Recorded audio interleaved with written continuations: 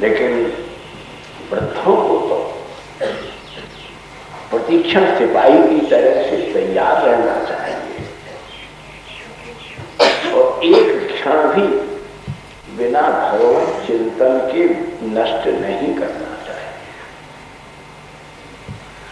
रात दिन के विचार द्वंद्व में, अविवेकपूर्ण क्रियाकलाप में, अनुचित आचरण में,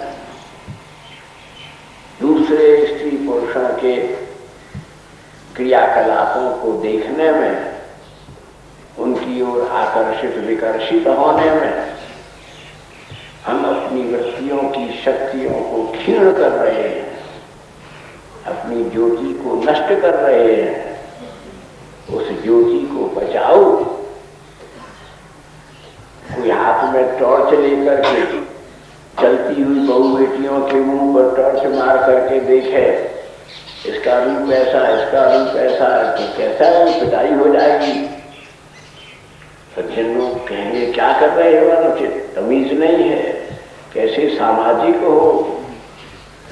और उसी टॉर्च को जमीन पर गिर करके कोई कांटा न लग जाए, कोई ठोकर न लग जाए, किसी के चोट न लग जाए हमारे द्वारा, तो उस टॉर्च का, दीपक का सदुपयोग है। और उस सदुपयोग से हम संघात से भी बचते हैं, घात से भी बचते हैं। और सब प्रकार की बात ये है कि हर एक प्रकार के विषाद से, अवसाद से बचते हैं। इसलिए विवेक का दीपक, इसमें परमार्थ परतत्व का बड़ा विलक्षण विवेचन हुआ है। द्वितीय स्कंद भागवत का बड़ा तत्व समन्वित, उपदेशात्मक, आदेशात्मक और भगवदीय संदेशात्मक, इसमें हमको डिवाइन मैसेज भी मिल रहा है और डिवाइन ग्रेसफुल पैसेज भी मिल रहा है। साधारण प्राणी उपदेश करेंगे, ऐसा करो, ऐसा करो, ऐसा मत करो, ऐसा मत करो, ऐसा मत करो।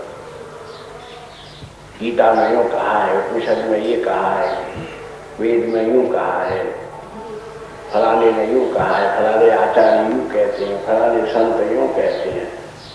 उन्हें मैसेज तो सब दे रहे हैं, लेकिन जो मैसेज है उसको का पैसेज कैसे हमको मिले, ऐसे सेज संत हमको कहाँ मिले जो इस दिए गए संदेश को आचरण में लाने का पैसेज मार्ग हमको मिले नहीं, इस मार्ग पर हमको चला दें। आप इसलिए एक संत की अपेक्षा करते हैं कि वो एक मामूली गाइड की तरह आपको रास्ता दिखा दे। नहीं, मैया अपने बच्चे को रास्ता नहीं दिखाती। बच्चा को ये भी नहीं मालूम किधर चल रहे हैं, शरणागत अपनी मस्ती में रहता है, उसे ये बोध नहीं है किस दिशा में जाना है, किस तरह जाना है, कैसे जाना है। वो तो केवल भगवान नाम की मस्ती में चलता रहता है, चलता रहता है। ठीक लक्ष्य पर पहुंच जाए, पहुंच जाना अपनी सामर्थ्य नहीं है, पहुंचा देना कृष्ण की सामर्थ्य है। हम केवल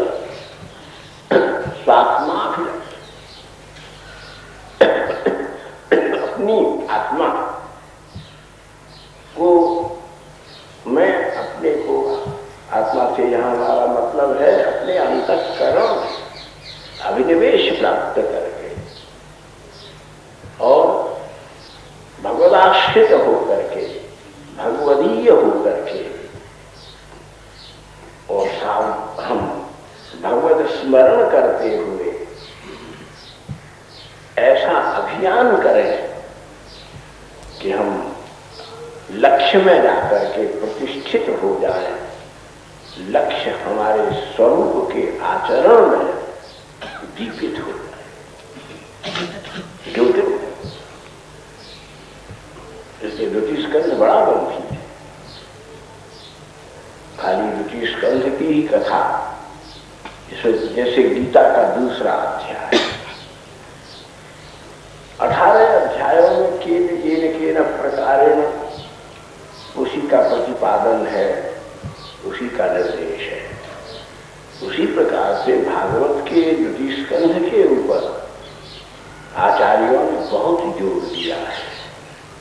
इसमें जीव को तरह तरह से दुर्गतियों से बचने के लिए, कुमतियों से बचने के लिए, कुसंग से बचने के लिए, संसार के व्यवहारों से, स्त्री पुत्र पौत्र कलत्रादि की मिथ्या आसक्ति से, उसके द्वारा होने वाले अरिष्टों से बचने के लिए बार बार आत्म प्रबोध प्रदान किया गया है,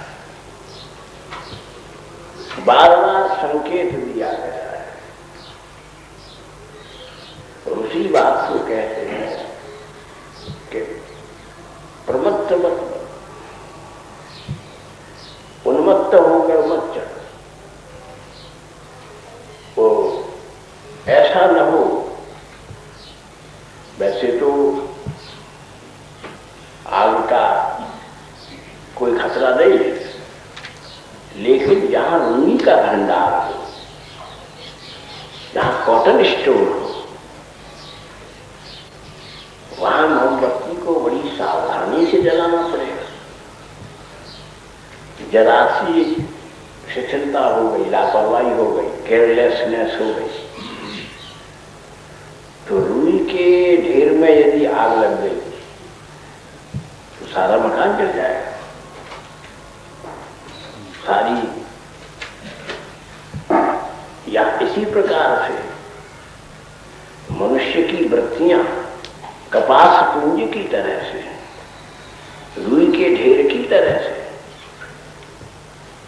और रूई के ढेर में यदि आग लग जाए, कभी भगवान न करे आपको इसका अनुभव हो, या कभी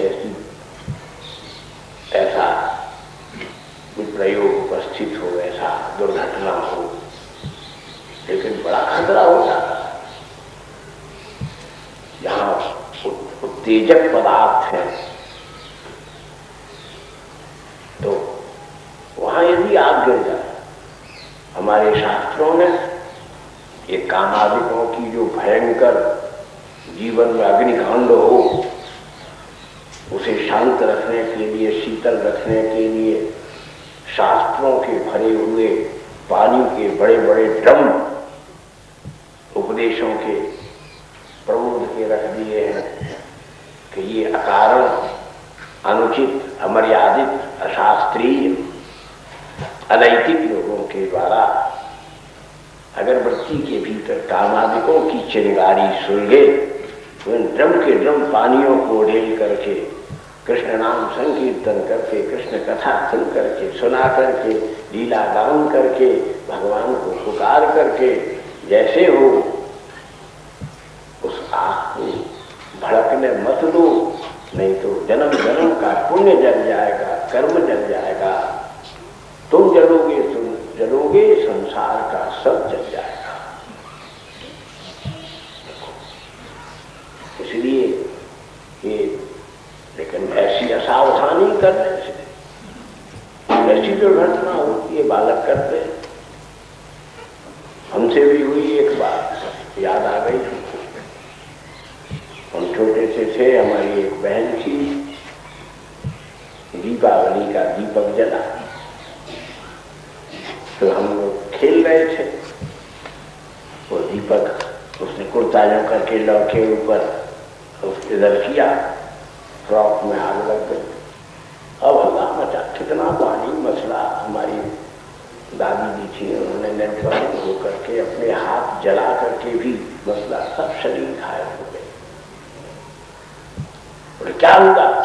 बोले हमने दीपक की लौ को अपनी फ्रॉक से ढकना चाहा। ऐसे ही जब किसी सुंदरी स्त्री की आंख के चिंगारी से जीवन के कपास भंडार में आग भड़कती है,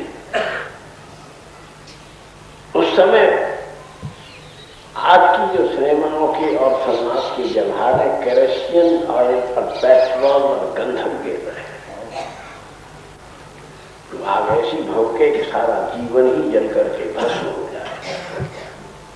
ऐसे समय में पानी का 4 इंच का मोटा पाइप गिरा जाए, उससे भी नहीं। बड़ा सौभाग्य तो तब हो कि यदि घनघोर घटाएं उमड़ आए।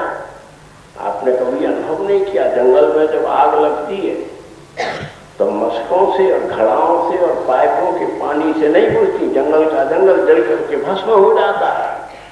ये काम क्रोध हमारे सारे जीवन को भस्म किए दे रहे हैं।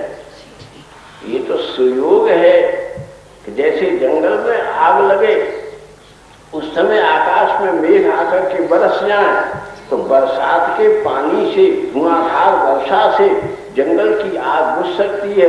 इसी प्रकार से ये सुयोग की बात है कि जब जीवन में किसी के द्वारा काम क्रोध की आग लगा दी गई हो, उस समय कोई संत रूपी मेघ आकर के दिव्य भागवत समुद्र का लिया हुआ वाष्प जल अगर धाराओं में परिवर्तित कर दे, तभी काम क्रोधादि की अग्नि से मुक्त होकर के जीव निरापद भगवत सारा आनंद प्राप्त कर सकता है।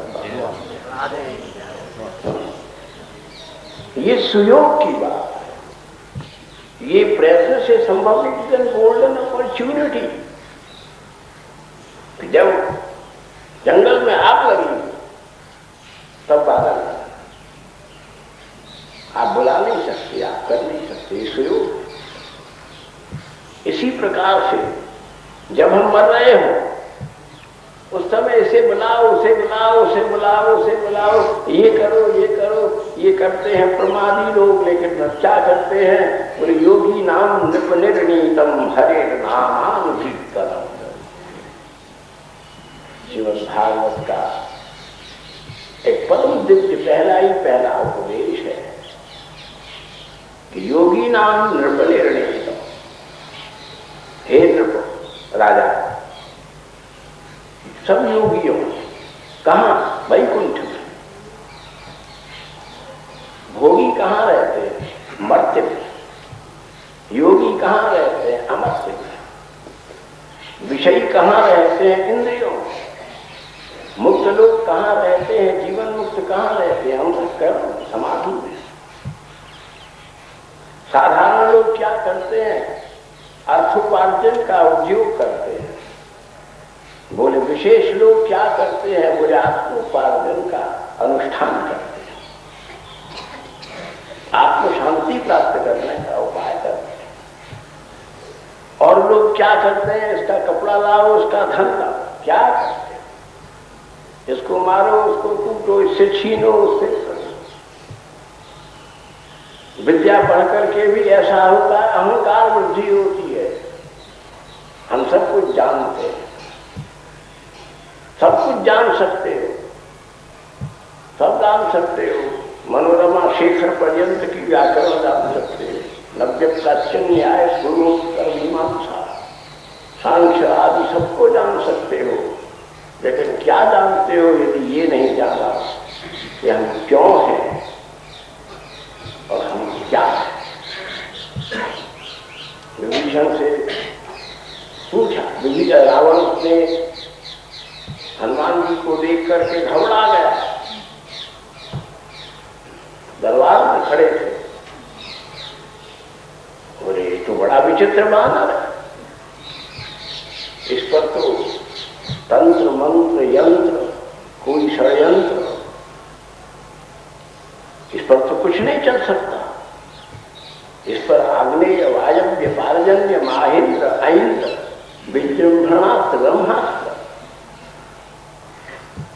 कोई बाण इनको नहीं छू सकता। कैसे विचित्र है ये। इसी रामा भागवत, श्रीमद् भागवत में जो 9वें स्कंध में 10वें अध्याय में 9वें अध्याय में जो रामायण का जिक्र किया गया है, चतुर्धा का 4 रूपों में भगवान प्रकट हुए हैं।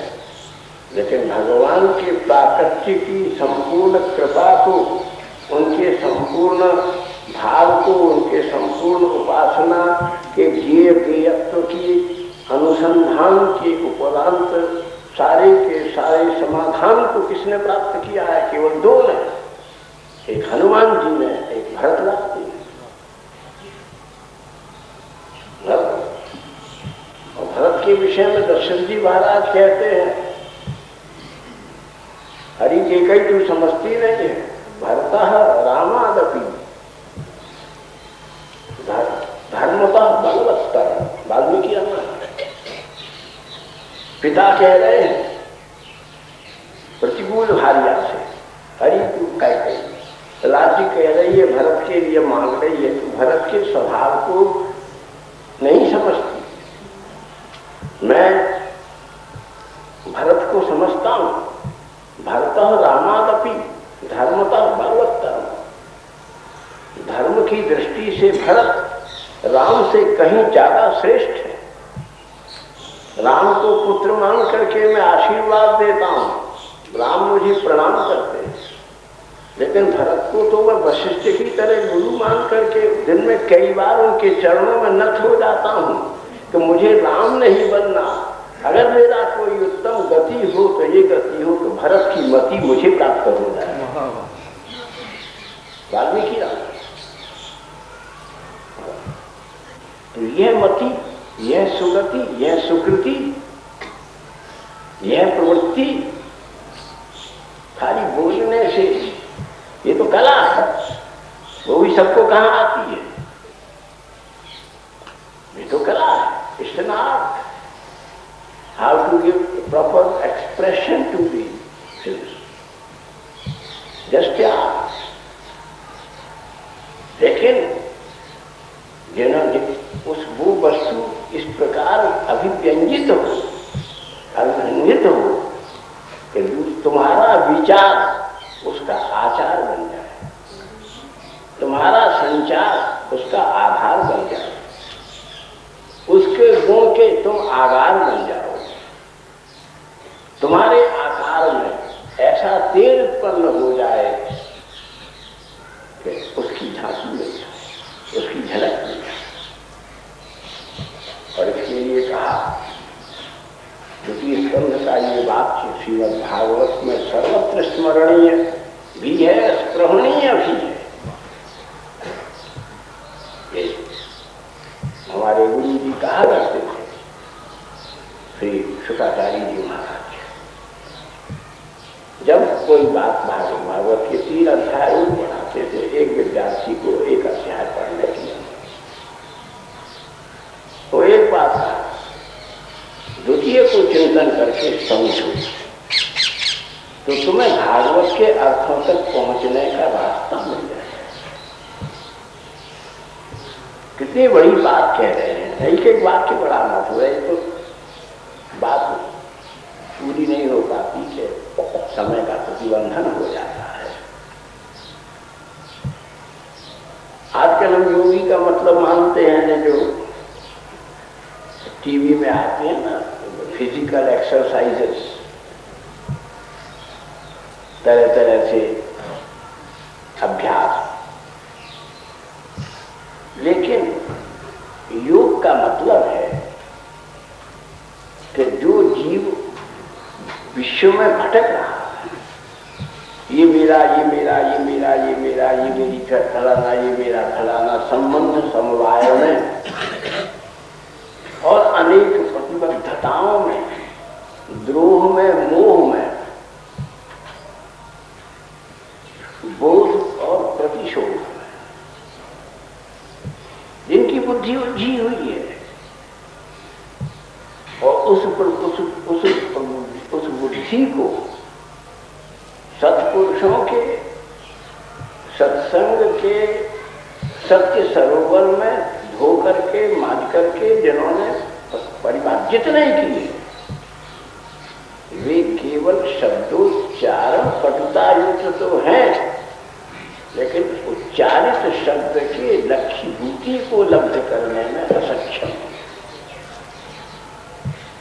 उसका आचरण नहीं हुआ, तुमने क्या जाना?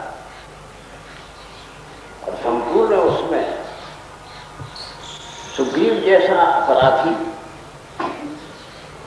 विभीषण कहता है कि मैं कल्पना कल्पना भी नहीं कर सकता था कि लंका में रहने वाला राक्षस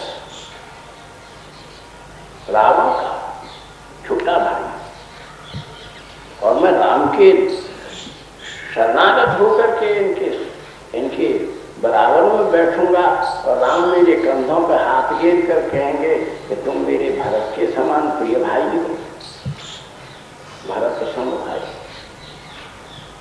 बोले ये किसका फल है? मेरी साधना नहीं है, मेरा संस्कार नहीं है, मेरा सदाचार नहीं है, मेरा तप नहीं है, जप नहीं है, योग नहीं है, यज्ञ नहीं है, व्रत नहीं है, अनुष्ठान नहीं है, ये राम की भी कृपा नहीं है। तो बोले फिर ये किसकी कृपा है? बोले ये तो श्री हनुमान जी की कृपा है। तदनुग्रह पौलस्य भद्रजनुषम परुषम वदन्तम संत्यज्य बांधवजनम च विभीषणोहम रामम विराम महिमिल विशतानरातम आपन दैन्यहरण शरणम। आपन के दैन्य हरण करने की और अपने शरणागत होने की और शरणागति प्राप्त होने पर अपने रस के आस्वादन कराने की अनुकंपा तो श्री राम के ही स्वभाव में संसिद्धमान हो गई। जब सुग्रीव के आचरण पर कोई प्रश्न खड़ा होता, हनुमान जी आ गया, तुम कैसे आ गए? बोले ये ला। विभीषण ने कहा तुम कैसे लंका को छोड़ करके? संत्यज्य बांधव जनम च विभीषण। ये बात तो सीमंत नहीं होने कहीं गोपियों ने। पतिसुताम भातृ बांधवान अति विलंघते च्युता गति गति विदस्तबुद्धि मोहिता कितम मोहित कच्चे। सबको छोड़ करके हम आ गए, वो तो संसिद्ध थी। लेकिन भीषण कह रहा है कि संचित सम्यक कया सर्वाशक्ति सर्वास्मिता सब कुछ छोड़ करके मैं आपके सामने आके खड़ा हो गया हूँ। कैसे आ गए? इस समुद्र को लांघना तो बड़ा सरल था, लेकिन भव समुद्र को लांघ करके तुम क्षीरोदधि में शयन करने वाले श्री नारायण के श्री राम के शरण में आकर के खड़े हो गए हो। इतने भयंकर समुद्र को पार करके ये कैसे संभव हुआ? बोले हनुमत प्रसाद है। इसीलिए आजकल बसंत ऋतु चल रही, बिना बसंत के वृक्ष में फूल नहीं लग सकते। याद रख लेना, चाहे कितना पढ़ो, कितना गुनो, कितना कमाओ, कितना करो, लेकिन जीवन में जब तक किसी संत की कृपा का बसंत नहीं आएगा, तुम्हारे सूखे हड्डियों के पेड़ में आनंद के फूल नहीं लग सके, जीवन की धन्यता संपन्न नहीं होगी। इसीलिए सर्वे गवया तत्वादवी वैकुंठ में जहाँ कोई कुंठा नहीं है, जहाँ कोई कुंठित नहीं है, सब एक निश्चय में, वही एक डिटर्मिनेशन, एक डिसीजन में। वैकुंठ में क्या है? सबका एक डिसीजन है। वहां कोई अलग अलग डिविजन्स नहीं है, डिस्पेयर्स नहीं है, वहां कोई डिस्ट्रस्ट नहीं है, वहां किसी चीज को डिक्लेयर करने की गुंजाइश जरूरत नहीं है। वहां एक सब रूपों में अपनी सेल्फिशनेस को और फॉल्स प्राइड को अगर भगवान के चरणों में जो डेडिकेट कर दे, वो फिर संसार में नहीं रहता, वो वैकुंठ में रहता। यत्र प्रविष्टा सकलों की जंतु आनंद सच्चित घनता में गई थी। श्री वृंदावन की महिमा में श्री सरस्वती बात है। तो भूल से भी यदि वृंदावन की हवा लग जाए, वृंदावन की रज का स्पर्श हो जाए, यदि वृंदावन में तुम्हारा प्रवेश हो जाए, तो बड़ी से बड़ी समाधि में जाने पर सदंश चिदंश और आनंदांश की प्राप्ति भी दुर्गम है, लेकिन वृंदावन का स्पर्श भी यदि हो जाए, वृंदावन का ध्यान भी अगर अलग हो जाए, तो निश्चित रूप में सदर्णव चिदर्णव और आनंदार्णव के महामूल से तुम्हारा अभिषेक हो जाए। इसलिए लेकिन ये सब कैसे संभव होगा? How it is possible to attain to that, to achieve? कैसे संभव है? बोले इसका एक ही उपाय है। जहां पहले कहा कवयो यत्र मोहिता, तत्ववादी लोग भी इस प्रकार के निर्णय को प्राप्त करने में व्यामोहित हो गए हैं। पहले कहा, भागवत का आरंभ होते ही कहा कि निधनम पश्यन नपि न पश्यन, लेकिन जब बाद में समाधान करेंगे, इतना कहेंगे प्रथम स्कंद, द्वितीय स्कंद, तृतीय स्कंद, चतुर्थ स्कंद, पंचम, षष्ठ, सप्तम, अष्टम, नवम, दशम, एकादश और द्वादश में जाकर तो मरिष्य पशु चाहिए। राजा, अब तुमने भागवत सुन ली है, अब तुमने कवियों के द्वारा वैकुंठ में निर्णय किया गया इस परम तत्व में पूर्ण प्रत्यय कर लिया है, प्रत्यय प्रबोध कर लिया है। क्या कि अंतिम समय में यदि मुख से कृष्ण नाम निकल जाए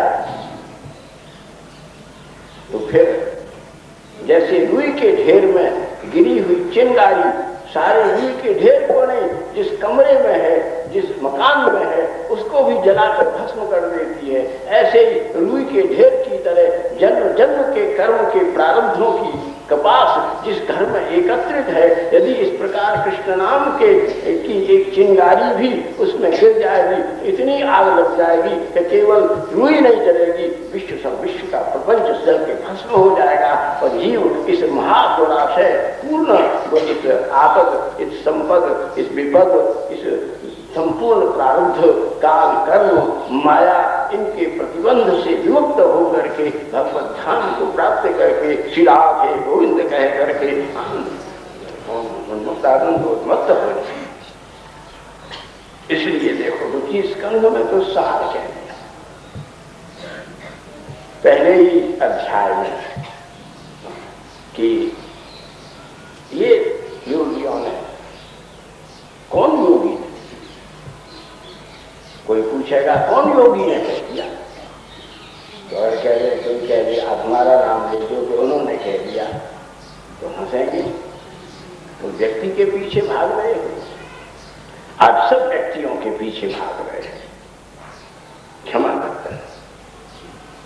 you are seeing after the persons, you are not knowing even that where the personality is. Person को देख रहे हो, परफेक्ट पर्सनैलिटी इन परफेक्शन। दर्शन का, भागवत दर्शन शास्त्र का अंतिम ग्रंथ है। जितने दर्शन है 350 दर्शन है। आप कहेंगे क्या भक्ति हो इतने बड़े बड़े ग्रंथ? देखो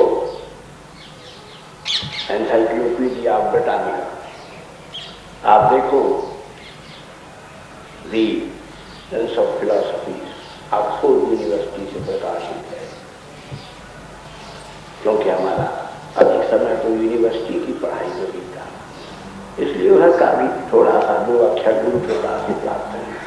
फिर महापुरुषों की कृपा से भागवत का भी थोड़ा सा छाया ज्ञान है किंचित। तो इतने दर्शन शास्त्रों का, सब दर्शनों की, और इसको देखो कि इसका भाष्य क्या है। बोले सारे नास्तिक, आस्तिक, बौद्ध, जैन, शाक्त, स्मार्त और वैष्णव दर्शनों की विवेचना करते हुए सबसे पहला, सबसे बड़ा ग्रंथ श्रीमद्भाचार्य ने लिखा। सब दर्शनों का था, इसलिए वो आचार्य खाली भाष्य में उसका वर्णन किया गया है। भगवान रामानुज ने भी और निम्बार्काचार्य चरण ने भी अपनी अपनी अपेक्षा के अनुसार किंचित किंचित तत्त दर्शनों की व्याख्या प्रस्तुत की है।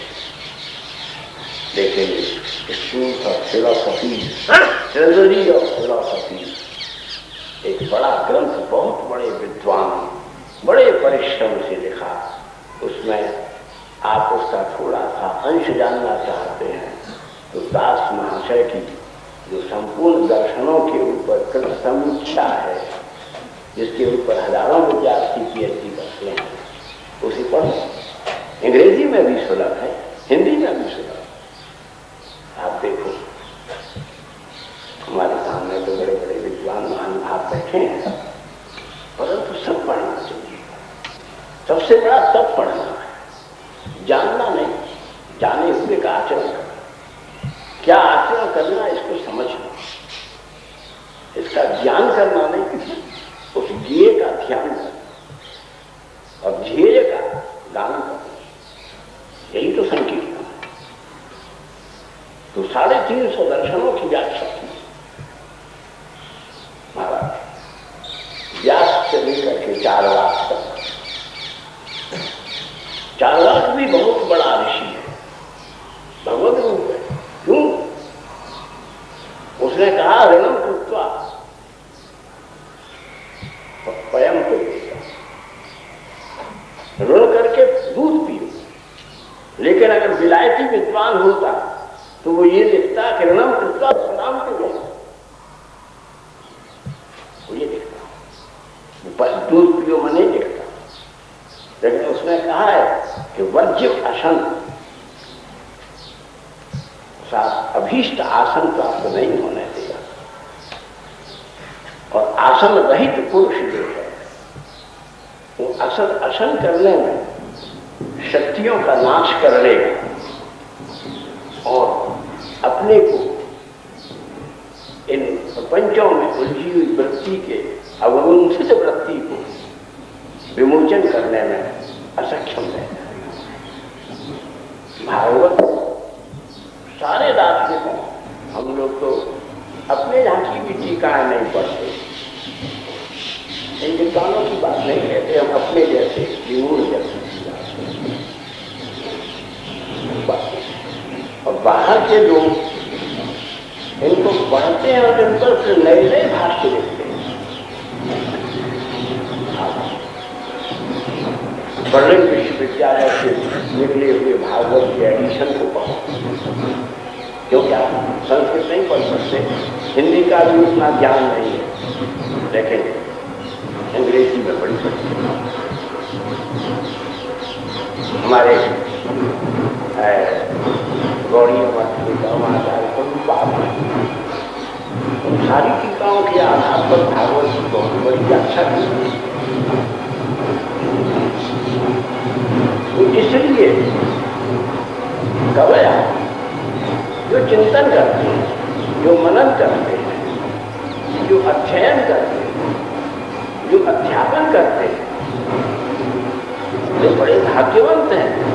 लेकिन सबसे बड़े कौन हैं? जो पढ़े हुए को बुनते हैं, आचरण। और योगी किसे कहते हैं? जो व्याख्यान नहीं करता, प्रतिपादन नहीं करता, तत्कथन नहीं करता, आचरण करता। और ऐसा आचरण करता कि भौतिक सब वस्तुओं से विच्छेद हो जाता है, प्रकृति के संपूर्ण जड़मूल का उच्छेद हो जाता है। शेष क्या रह जाता है? केवल निर्वेद, शांत रस का स्थायी भाव है निर्वेद, उसके संचारी भी अलग अलग। इसलिए कहते हैं योगियों में सबसे बड़े योगी कौन? भैया चिड़िया से चिड़िया, तोता से तोता पैदा होता है, ऐसे ही केवल श्री लक्ष्मी जी हैं वैकुंठ में, जिनके पुत्र रूप में योगियों का जन्म हुआ। वो पहले योगी कौन? साक्षात आदि पुरुष ब्रह्मा। इसलिए पहले श्लोक में ही आद्यस्य ब्रह्मा, वही भागवत के परतत्व के प्रथमोपदेश के परमाधिकारी हैं, पात्र हैं।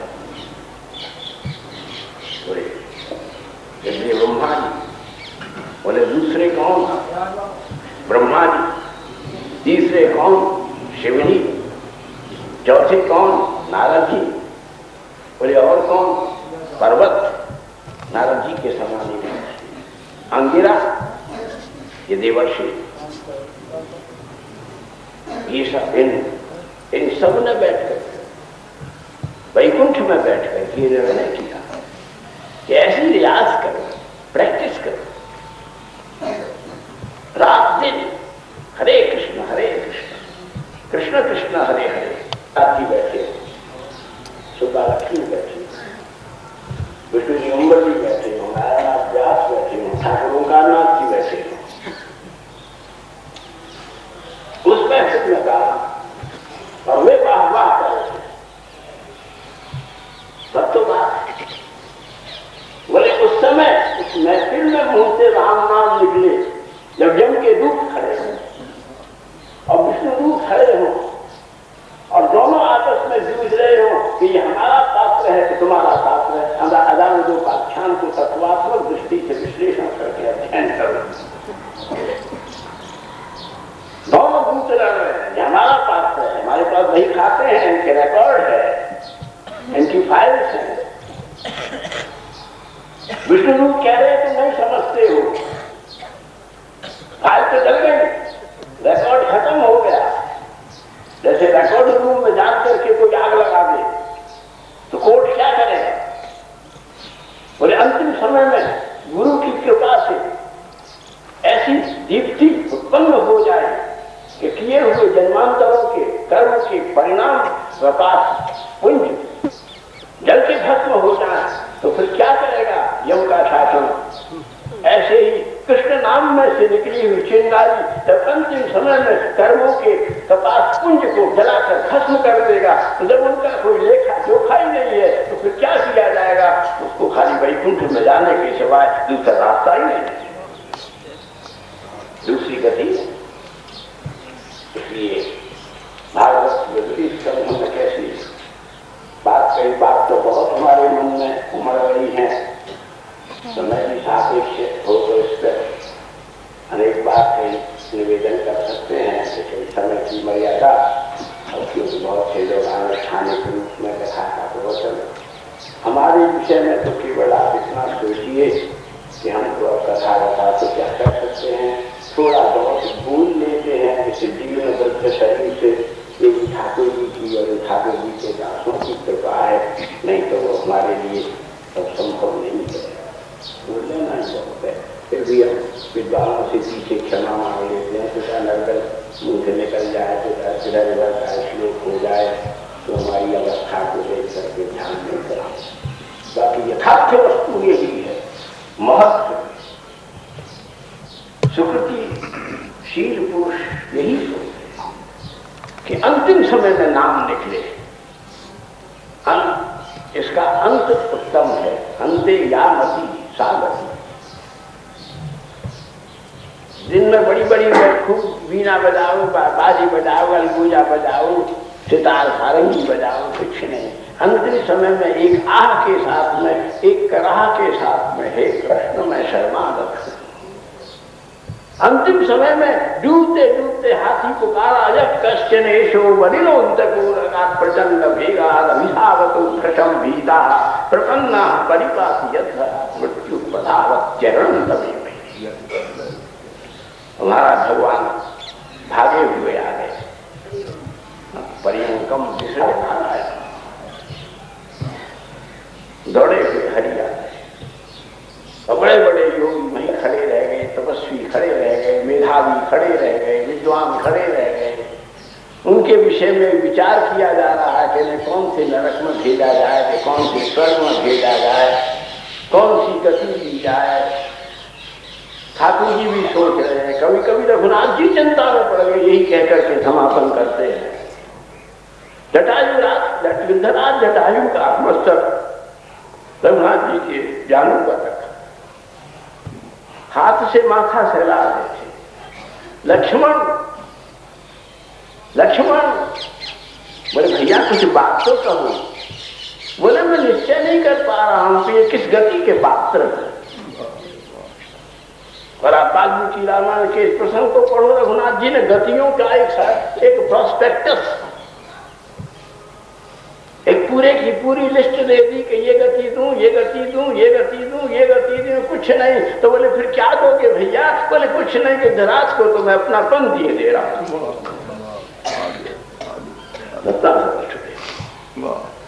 तो ऐसे भी पुरुष हैं जिन्होंने इतने उत्कृष्ट कर्म किए हैं कि रघुनाथ, जैसे तुमको साड़ी की दुकान पे खड़े होकर के नहीं, ये नहीं ठीक, अच्छा और दिखाओ, ये ठीक नहीं, और दिखाओ, ये ठीक नहीं। जैसे आप संसार की वस्तुओं से पूर्ण संतोष तृप्ति प्राप्त नहीं कर रहे, ऐसे एक दिन मन सबरी गतियों के झुंड झुंड खड़े हैं, लेकिन रघुनाथ जी या श्री श्याम सुंदर निर्णय नहीं कर पा रहे इस महाभाव को कौन सी गति प्रदान करें। और भगवान को भी इस प्रकार के विचार में निमग्न कर दो, इसका एक ही उपाय है, योगी नाम निपुणिर्णीतम हरे नाम कीर्तनम। अंतिम समय में मुख से भगवान नाम संकीर्तन हो, निरंतर कृष्ण नाम का उच्चारण हो, तो फिर हमको गति की चिंता नहीं करनी पड़ेगी। गिद्धराज को गति की चिंता नहीं थी, उनकी मति में व्यग्रता नहीं थी, उनके स्वभाव में उग्रता नहीं थी। वे तो अपने शांत भाव में रघुनाथ की गोदी में शयन कर रहे थे, चिंता रघुनाथ जी कर रहे थे, इसको कौन सी गति प्रदान करूं। ऐसे ठाकुर को विवश कर दो कि वह ये विचार है कि हमको कौन सी गति देंगे, हम तो अपनी गति गोविंद नाम को ही स्वीकार करें, उसी का अभ्यास करें। यही जीवन का हित है, यही भागवत की प्रथम शिक्षा है, भागवत का प्रथम निर्देश है। अब आप कथा सुनिए।